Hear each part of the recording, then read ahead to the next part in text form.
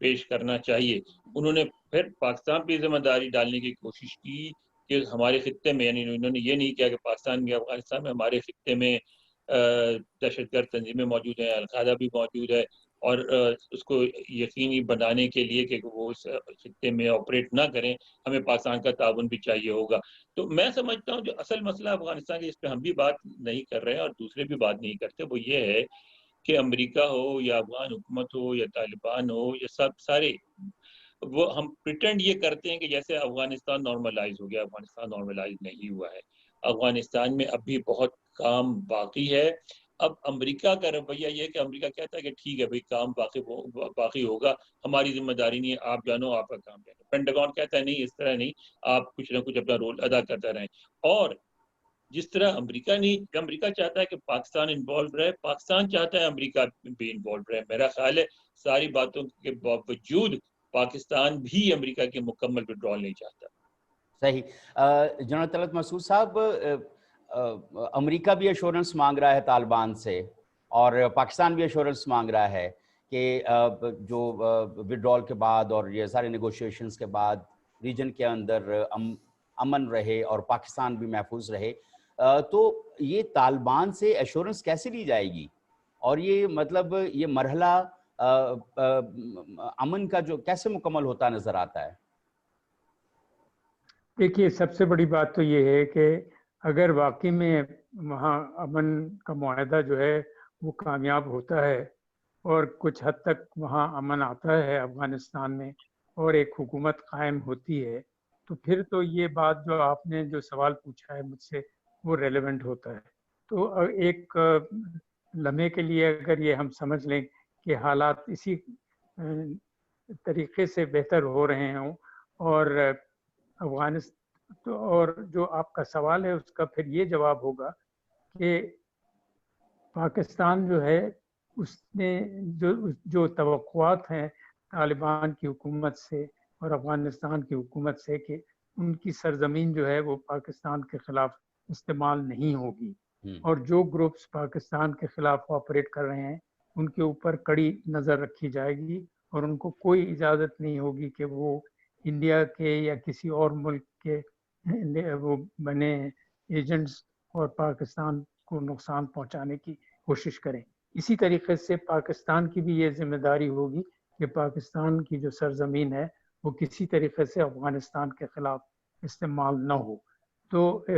دوسری بات یہ ہے کہ اب پہلے تو پاکستان کا یہ خیال تھا، اور میرے خیال میں اب کہ اور اس کے باوجود کہ پاکستان نے طالبان کی بڑی مدد کی ہے اور آپ نے دیکھا کہ ان کے تعلقات کافی اچھے رہے ہیں، اس کے باوجود کہ کبھی کبھی تلخیاں بھی ہوئی ہیں، وہ یہ ایک لحاظ سے کبھی نہیں چاہتے تھے کہ افغانستان پہ طالبان پوری طور سے غالب ہو جائیں، چونکہ اس کے منفی اثرات جو ہیں وہ پاکستان پر بھی ہو سکتے ہیں. اور جو تحریک طالبان پاکستان وغیرہ ہے اور ایسے علاقے جو کہ ڈیولپ نہیں ہیں خیبر پختونخوا میں یا بلوچستان میں، ان پہ ان کے منفی اثرات ہو سکتے ہیں. تو میں اب یہ سمجھتا ہوں کہ جس قسم کے حالات افغانستان میں جا رہے ہیں، پاکستان کو تمام اقدامات لینے پڑیں گے یہ سوچ کر کہ افغانستان کے حالات لگتا نہیں ہے کہ صحیح ہوں گے، تو ہم جہاں تک ممکن ہو سکتا ہے اپنی دفاع کریں، اور یہ بھی اس کے ساتھ ساتھ کوشش کریں کہ امریکہ سے بھی تعاون کریں، افغان حکومت سے بھی تعاون کریں، اور طالبان پر بھی اپنا اثر و رسوخ زیادہ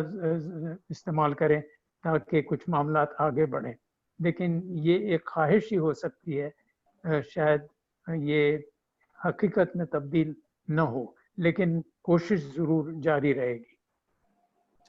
بہت شکریہ. یہ کوئی صورتحال تھی، اور اس میں جو ہمارے پڑوسیوں کا کردار جو ہے وہ بھی ایک باڑ لگانے سے ظاہر ہے کہ کچھ باڑ لگی ہے، کچھ نہیں لگی ہے. لیکن ہم نے پچھلے دنوں دیکھا ہے کہ ایران کے راستے بھی جو ہے وہ انسرجنسی کے کچھ واقعات جو ہیں وہ بلوچستان میں ہوئے ہیں، اور بلوچستان کے اگر ہم دیکھیں تو صرف 200 کلومیٹر کی باڑ لگی، اور بہت لمبا بارڈر ہے جو ہمارا ایران اور ہمیں دوسرے پڑوسی کے ساتھ لگتا ہے. تو ایسی صورتحال میں کہ جب ایک طرف افغانستان جو ہے وہ بارڈر ہمارا اتنا سیکیور ابھی تک نہیں ہو پایا، اور بلوچستان کا بارڈر جو ہے وہ بہت زیادہ کھلا ہوا ہے۔ پھر اگر ہم ناردرن ایریاز کی طرف سے چلے جائیں تو وہ پہاڑوں کے راستے سے بھی، تو مطلب ایسے اتنے لمبے بارڈر میں اور اس طرح کی صورتحال پہ جب جو ہمیں درپیش ہے، ہمیں معاملات کس طرف کو طاہر خان صاحب، جب اتنا سارا فیلڈ اوپن ہے، سرحد اوپن ہے، اور آپ کے جو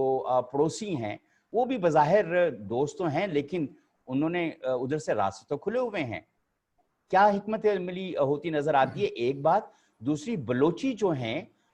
وہ بھی اسٹیٹ کے خلاف جو ہے وہ بات کرتے ہیں، دوسری طرف ہماری جو ٹرائبل بیلٹ ہے افغانستان کے ساتھ، وہاں پر بھی لوگ اسٹیٹ انسٹیٹیوشنز کے خلاف بات کرتے ہیں کہ انسرجنسی کو ختم کرنے کے نام کے اوپر بہت سارے دوسرے معاملات کے اوپر بات اٹھائی جاتی ہے جو کہ اسٹیٹ انسٹیٹیوشنز اور اسٹیٹ کے خلاف بنتی نظر آتی ہے۔ یہ دو پہلوؤں پہ طاہر خان صاحب آپ کیسے دیکھتے ہیں؟ پھر ہم جنرل صاحب سے بھی اس پہ بات کرتے ہیں۔ دیکھیں نا، پاکستان افغانستان کا جو بارڈر ہے جوائنٹ، وہ 2600 کلومیٹر ہے اور زیادہ وہ پورس ہے، بڑا کمپلیکیٹڈ ہے، بڑا مشکل ہے، لیکن جو پاکستان فینسنگ کر رہا ہے اور کافی ہوا بھی ہے، یہ اس وقت کامیاب ہوگا انلیگل موومنٹ جو ہے، کراس بارڈر موومنٹ جو ہے شدت پسندوں کا، طالبان کا، دیگر گروپس کا، جب دونوں سائڈ پہ اسی طرح اقدامات ہو۔ پاکستان نے تو کر لیا ہے، نہ صرف فینسنگ بلکہ چیک پوسٹ بھی بنا دیے ہیں، پھر وہ قلعے بھی بنا دیے ہیں۔ میں خود وہاں کئی مرتبہ گیا ہوں، وہاں پر ایک بڑا زبردست قسم کا مانیٹرنگ سسٹم بھی بنا ہے، بڑا لیٹسٹ، اور بڑا مشکل ہے وہ پہاڑ جو ہزاروں فٹ اوپر پہاڑ ہے۔ یہ اس وقت کامیاب ہوگا جب اسی طرح کے اقدامات بارڈر کے اس سائڈ پہ بھی ہوں۔ اگر اتنے نہیں ہیں جتنے پاکستان نے فورٹ بنائے ہیں یا بنا رہے ہیں یا چیک پوسٹ بنے ہیں جو بنیں گے، لیکن کچھ نہ کچھ تو وہاں پر ہونا چاہیے، اور پاکستان نے ان کو پروپوز بھی کیا ہے کہ اگر اس سائڈ پہ 7 پوسٹ ہوں تو آپ ایک کم از کم بنا دیں اس سائڈ پہ، تو ادھر سے اگر وہ بنتی ہے تو پھر تو یہ مقصد پورا ہو جائے گا کہ سیکیورٹی پھر ذرا صحیح ہوگی۔ آپ دیکھیں نا، 2014 تک نیٹو کا پاکستان افغانستان کا ایک جائنٹ ورکنگ گروپ ہوتا تھا جو بارڈر مانیٹرنگ کرتی تھی، اور یہ انلیگل جو موومنٹ ہوتی تھی ان پہ وہ نظر رکھتے تھے، ان کو کاؤنٹر بھی کرتے تھے۔ جب 2014 کو نیٹو اس سے نکل گیا تو پاکستان نے افغانستان کو پروپوز کیا تھا کہ ہم کوآرڈینیشن سینٹر بناتے ہیں مشترکہ طور پہ۔ شروع میں وہ نہیں بنا، نہیں، افغانستان اس پہ ایگری نہیں کر رہا تھا، بعد میں کسی حد تک ہو گیا لیکن شاید وہ اتنا مؤثر نظام نہیں ہے۔ اب یہ دیکھیں نا، جو Afghanistan Pakistan action plan for peace and solidarity ہے، ایک نیا جو میکینزم بنا ہے ڈائیلاگ کا، ایپیپس کے نام سے، اس میں 5 جو گروپس ہیں، اس میں ایک انٹیلیجنس کا ہے، ایک فوجیوں کے افسران کا ہے، وہ اس کی میٹنگ ابھی ہوئی ہے 14 مہینے بعد، اور وہ بھی پاکستان کے بار بار اصرار کے باوجود، حالانکہ اس کی کوارٹرلی کچھ آفیشیل کی ایک میٹنگ ہونی چاہیے۔ لاسٹ ایئر ہوا تو 2019 جون میں۔ افغانستان کو دیکھنا پڑے گا کہ ان کے بھی سیکیورٹی ایشوز ہے، پاکستان کے بھی ہے، لیکن جب تک یہ دونوں جوائنٹلی ان کو کاؤنٹر کے لیے اور پھر تعاون نہیں کرتے، پھر میٹنگ نہیں کرتے، تو پھر مسائل پیدا ہوں گے۔ اور یہ افغانستان کی اب وہاں پر ابھی تو ہزاروں غیر ملکی افواج بھی ہے، تو یہ موقع ہے کہ ان تمام نزاکتوں کو دیکھ کر کے آگے بڑھا جائے، کیونکہ جب یہ غیر ملکی جائیں گے، مطلب ہے کہ جو کمٹمنٹ تو ہے، اب انور اقبال صاحب کی رائے کا بھی احترام ہے کہ شاید امریکن چاہتے ہیں کچھ ان کی فورسز ہے، لیکن ایگریمنٹ میں تو آل کا لفظ یوز ہوا ہے کہ تمام غیر ملکی افواج امریکی اور نیٹو وہ جائیں گے 14 مہینے کے اندر، 29 فروری سے۔ تو بہرحال ایک چیلنج پاکستان کے لیے رہے گا، اگر اس طرف سیکیورٹی کی طرف توجہ نہیں دیتی، سیکیورٹی بارڈر کی نہیں بڑھائے جاتے، تو پھر تو مشکل رہیں گے۔ صحیح۔ جنرل طلعت صاحب جی، یہ جو میں ابھی بات کی کہ جو اس وقت اتنا بڑا بارڈر ہے اور ہمارے جو دوسرے پڑوسی ہیں افغانستان کے علاوہ، جیسے بلوچستان خاص طور پر جو ہے وہ کافی بڑا بارڈر ہے، اور اس طرف سے ہم نے دیکھا ہے کہ بلوچستان کے اندر بھی اس طرح کی جو انفلٹریشن ہے، اور پھر وہاں پر اس طرح کی کارروائیاں جو ہیں وہ ایک معمول سا انڈیا بنا بھی ہوا ہے. جی جی تو اور اب کلبھوشن جو ہے وہ بھی ایران کے راستے سے آئے ہیں. تو اگر جی. کلبھوشن ایران کے راستے سے آ سکتا ہے تو بہت ساری کلبھوشن اور بھی صورتحال ہوگی. تو یہ جو پڑوسیوں کا رول جو ہے یہ ہمیں کیسے مطلب اس کو کیسے ہم موبلائز کر سکتے ہیں فار ریجنل سیکورٹی؟ دیکھیے یہ بات پھر وہی ہوتی ہے. ایک تو یہ ہے کہ ممالک میں اعتماد جو ہے وہ بہتر ہونا چاہیے. اس کے بعد پاکستان اور ایران میرے خیال میں دونوں یہ چاہیں گے کہ میرا یہ خیال ہے کہ بارڈرز جو ہیں وہ سیکیور ہوں. لیکن آپ نے دیکھا کہ دونوں طرف بلوچی مقیم ہیں اور وہ دونوں حکومتوں سے بڑے تنگ آئے ہوئے ہیں اور ایک قسم کا منی ریوولٹ سا ہے. اور آپ نے دیکھا کہ واقعات بلوچستان ہمارے بھی بلوچستان میں ہوتے رہتے ہیں اور ان کے بھی بلوچستان میں ہوتے ہیں. اور بلوچستان کا جو پرابلم ہے میری نظر میں یہ سیاسی پرابلم ہے اور اس کو سیاست کی طرح اس کو حل کرنے کی ضرورت ہے. لیکن ہم زیادہ تر ہماری جو اس وقت ترجیح ہے وہ ایک لحاظ سے چونکہ بارڈر اتنا زیادہ ہے, پھر سی پیک وہاں ہے, وہاں مختلف قوتیں جو ہیں اس کو ایک لحاظ سے ناکام کرنے کی کوشش کرتی ہیں. اس وجہ سے پاکستان کی جو فوج ہے اور جو پاکستان کی سیکورٹی فورسز ہیں وہ زیادہ تر ان معاملات کو ظاہر ہے سیکورٹی کے اینگل سے دیکھتی ہیں. لیکن وہ بلوچستان کے جو عوام ہیں اور جو خاص طور سے ایسی سوچ وہاں پیدا ہو گئی ہے اور جوان طبقے میں بھی جو کہ بالکل غلط ایک لحاظ سے سوچ ہے, اور وہ سمجھتے ہیں کہ پاکستان کی جو فیڈرل حکومت ہے وہ اس سے ان کا کوئی خاص تعلق نہیں ہے, وہ ان کی بھلائی اور بہبود کے لیے کوئی کام نہیں کرتے ہیں, ان کا ایجنڈا کچھ اور ہے. تو اس قسم کی نفرتیں جو ہیں وہ انڈیا نے بھی اس کی بڑی پروپیگنڈا وہاں رہا ہے. اور اسی طریقے سے ایران میں بھی یہی حالات ہیں. لیکن اس کے ساتھ ساتھ ایران جو ہے وہ چونکہ اس کے انڈیا کے ساتھ بڑے اچھے تعلقات تھے, کم سے کم ابھی بھی ہیں میرے خیال میں, حالانکہ کچھ تھوڑا سا دھچکا لگا ہے, لیکن اس کے باوجود ایران نے ان کو اپنی سرزمین دی. آپ نے دیکھا کہ وہ چابہار پروجیکٹ اتنا بڑا انڈیا کے ساتھ کر رہے تھے, وہ تو اگر امریکہ جو ہے وہ سینکشنز نہ کرتا تو شاید وہ بھی آگے وہ پروجیکٹ چلتا. لیکن ابھی بھی ایران اور انڈیا کے تعلقات اچھے ہیں. انہوں نے جو اسپیس دی ہوئی تھی انڈیا کو, اس کا فائدہ اٹھا کر پاکستان کو نقصان پہنچانے کے لیے یہ کلبھوشن اور اس قسم کے لوگ جو ہیں وہ پینیٹریٹ کرتے رہے ہیں. ظاہر ہے پاکستان نے یہ جو اس وقت کے حالات ہیں اور جس قسم سے خطرہ بلوچستان کی ایرانین بلوچستان کی طرف سے ہے, تو وہ ایران سے بار بار اس کے اوپر وضاحت چاہتا ہے اور کوشش ہے کہ دونوں ممالک جو ہیں اس معاملے کو حل کرنے کی کوشش کریں, ہر لحاظ سے, سیاسی لحاظ سے بھی اور ملٹری پوزیشنز کو مضبوط کر کے. طاہر خان صاحب, یہ اس کے بعد یہ آخری سوال ہے آپ سے کہ ایک تو طالبان کی وجہ سے جو معاملات ہیں, دوسرا کچھ تحفظ جو ہیں وہ مقامی لوگوں کو اسٹیٹ انسٹیٹیوشن سے ہیں, اور اسٹیٹ انسٹیٹیوشنز کو تحفظات ہیں مقامی لوگوں سے, اور وہ کہہ رہے ہیں کہ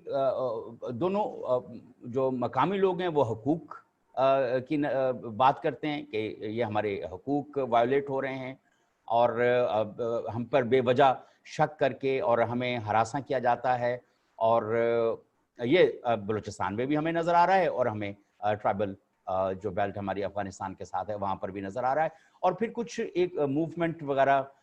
جو ہے وہ بھی کچھ شروع ہوئی ہے, اور ظاہر ہے کہ ان کے جو بنیاد جو ہے وہ کچھ کسی اور حوالے سے, جیسے ہم پشتون تحفظ موومنٹ کی بات کریں تو کراچی کے اندر جو پٹھانوں کے ساتھ یا کچھ قتل کے جو واقعات وغیرہ ہوئے, کچھ لوگ کہتے ہیں کہ وہ وہاں سے شروع ہوئی اور وہ اب اپنے رائٹس کی بات کر رہے ہیں. ساری صورتحال حقوق جو ہیں وہ تو ظاہر ہے کہ ہر شہری کا بنیادی کچھ حقوق ہیں جو اسٹیٹ نے انشور کرنے ہوتے ہیں. یہ شک اور شبے کی جو فضا اسٹیٹ انسٹیٹیوشنز اور مقامی آبادیوں کے درمیان میں, کچھ لوگوں کے درمیان میں موجود ہے, کیا یہ رخنہ نہیں بنے گا آنے والے دنوں میں امن کے لیے؟ بالکل بنے گا, اور کچھ حد تک بنتا بھی جا رہا ہے. دیکھو نا, جب تک یہ پہلے ہم سنا کرتے تھے اپنے جو فوج کے سربراہان ہیں, اور وہ درست وہ کہتے تھے کہ جنگیں جو لڑی جاتی ہے وہ لوگوں کے سپورٹ سے لڑی جاتی ہے, وہ جیتی جاتی ہے. تو یہ جو افغانستان کا جو دیکھو نا, کافی لوگ تو حیران ہیں نا کہ ایک گروپ کتنا بھی وہ مضبوط ہو, کتنا بھی وہ سٹرانگ ہو, لیکن نیٹو کے تقریباً 40 ممالک کے ساتھ انہوں نے 19 سال 20واں سال انہوں نے لڑائی کی, اور اب امریکہ مجبور ہو گیا کہ ان کے ساتھ مذاکرات کے لیے بیٹھے اور مذاکرات کا حل نکالے. اور طالبان, جس طرح میں نے شروع میں اشارہ دیا تھا کہ وہ جنوب سے شروع ہوئے, جو سب سے پہلے حملہ, مطلب ہے کہ کچھ لوگ کہتے ہیں کہ وہ اس سے ایسٹرن افغانستان سے ہوا تھا, لیکن طالبان کا تو جو بنیاد ہے وہ تو جنوبی افغانستان ہے, پشتون ایریا ہے. اگر مشرق بھی ہے تو وہ پشتون ہے, اور جنوب بھی پشتون ہے. لیکن جس طرح میں نے ابھی پنشیر کا کہا کہ وہاں پہ ناممکن تھا کہ طالبان وہاں پر, بے شک وہ آؤٹ سکرٹس میں کیوں نہ ہو, وہ کسی دور گاؤں میں کیوں نہ ہو, لیکن جب 100% وہ ایریا ہے تاجکوں کا, تو اور روایتی طالبان اور تاجکوں کی ویسے بھی جمعیت کے ساتھ, ان کے ساتھ شورا نظار اور پھر وہ ناردرن الائنس جو ہمارے اس میں, تو اس کے باوجود اگر طالبان نے یہ لڑائی لڑی ہے اس وقت, تو لوگوں کا کسی حد تک سپورٹ, یا جو افغانستان کی جغرافیکل کنڈیشن ہے, تو وہ گوریلا وار میں یہی ہوا. ہمارا اب امتحان ہے, ہمارے حکومتوں کا بھی اور دونوں پولیٹیکل لیڈرشپ کا, ملٹری لیڈرشپ کا, کہ لوگوں کے جو کنسرن ہے, لوگوں کی اگر ناراضگیاں ہیں, کیسے ان کو ریموو کیا جائے. دیکھو نا, پاکستان فوج کی بہت بڑی قربانیاں ہیں, اس میں تو کوئی دو رائے نہیں ہے. بالکل صحیح, اس میں کوئی دو رائے نہیں ہے. تو اور یہ دیکھو نا, کل تک یہ سارے قبائلی علاقے کنٹرول میں تھے طالبان گروپس کے, ٹوٹلی کنٹرول. جو ہمارے 7 قبائلی ایجنسیاں ہیں وہ تقریباً ٹوٹل. اب وہ صورتحال تو نہیں رہی نا, اب تو ایک جگہ بھی ان کا ایک فٹ بھی ایریا ان کے کنٹرول میں نہیں ہے. تو یہ قربانیاں تو فوج نے دی ہے کچھ, اور پھر عوام نے دی ہے. 70,000 لوگ جو شہید ہوئے ہیں, 70,000 عوام تو اسی وار میں شہید ہوئے ہیں نا. تو لہٰذا جو قربانیاں دی گئی ہے, ان قربانیوں کا بھی وہ کرنا چاہیے. دوسری بات ہے کہ لوگوں کے ساتھ بیٹھنا چاہیے. کبھی کبھی ہم سن لیتے ہیں, آپ بھی سنتے ہیں کہ پی ٹی ایم سے مذاکرات کے لیے کمیٹی بن گئی, پھر خاموشی ہو جاتی ہے, معاملات آگے نہیں بڑھتے. اس پہ سوچنے کا مقام ہے کہ کیوں آگے نہیں بڑھتی. مطلب ہے کہ مذاکرات, اگر ہم افغانستان میں مذاکرات کے حامی ہیں, افغان طالبان کو ہم نے دعوت دی, وہ یہ 3ری مرتبہ آئے ہیں, اور تو ہم اگر افغانستان میں اپنے پیس پروسیس کا ذکر کرتے ہیں تو ہمیں بھی ڈائلاگ کی طرف جانا چاہیے. اگر اس میں کوئی مشکلات ہے تو یہ امتحان ہے نا, ٹیسٹ کیس ہے نا تمام اداروں کے لیے کہ وہ کس طریقے سے ان مشکلات کو حل کرے. میرے خیال میں یہ مطلب ہے کہ ایک موقع ہے, اور اس کو یوز کرنا چاہیے, استعمال کرنا چاہیے. عام آدمی تو فوج کا دشمن تو نہیں ہے نا, نہیں ہے, اور اسٹیٹ نہ کوئی اسٹیٹ, ہاں تو لوگ ہوتے ہیں, وہ ہر جگہ ہوتے ہیں. تو لہٰذا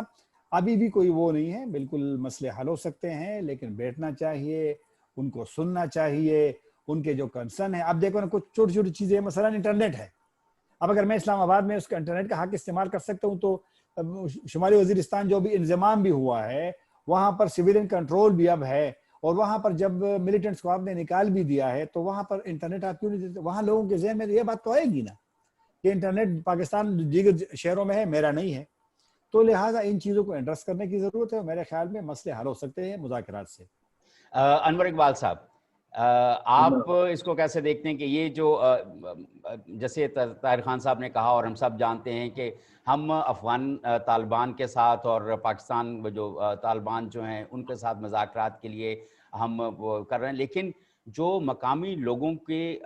تحفظات ہیں اس کے اوپر نیگوشیٹ کرنے یا ان کے ساتھ بیٹھنے کو یا ان کے جو کنسرنز ہیں ان کو ایڈریس کرنے کے لیے تیار نہیں. تو آپ کیا سمجھتے ہیں کہ جب ہم اپنے گھر کے معاملات میں اگر کانفلکٹس رہیں گے, اور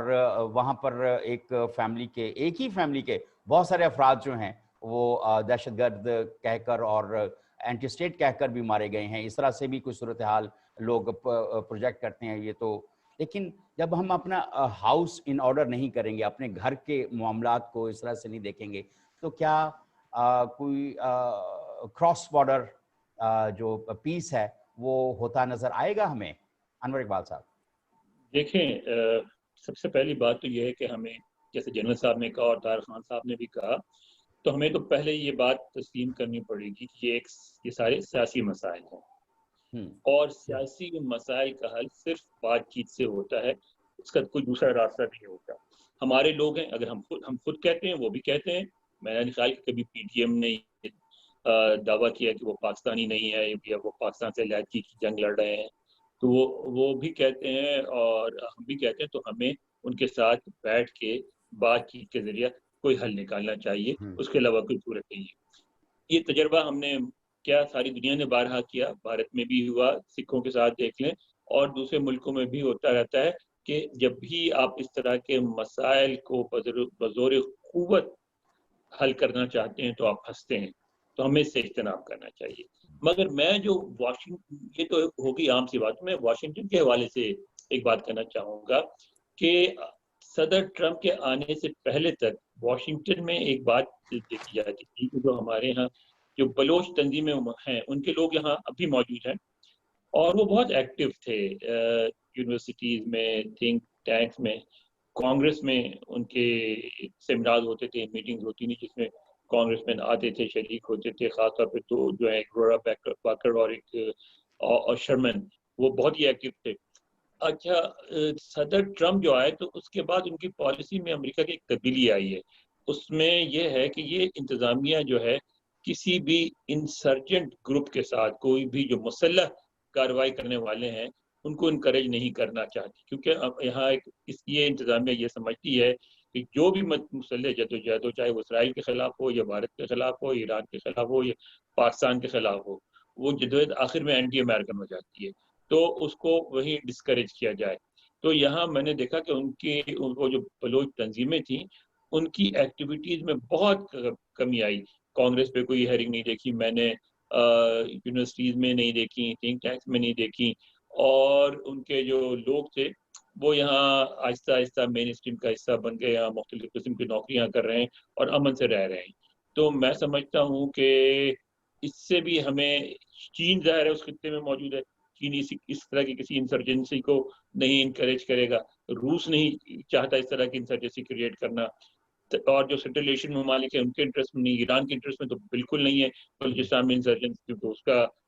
اس کا اثر ایران پہ بھی پڑتا ہے۔ تو ہمارے لیے ایک ایسی صورتحال موجود ہے کہ بین الاقوامی طور اگر ہم مذاکرات کر کے کوئی حل نکالنا چاہیں تو بین الاقوامی سپورٹ بھی موجود ہے، اور ہمیں مذاکرات کر کے اس کا کوئی حل نکالنے کی کوشش کرنی چاہیے۔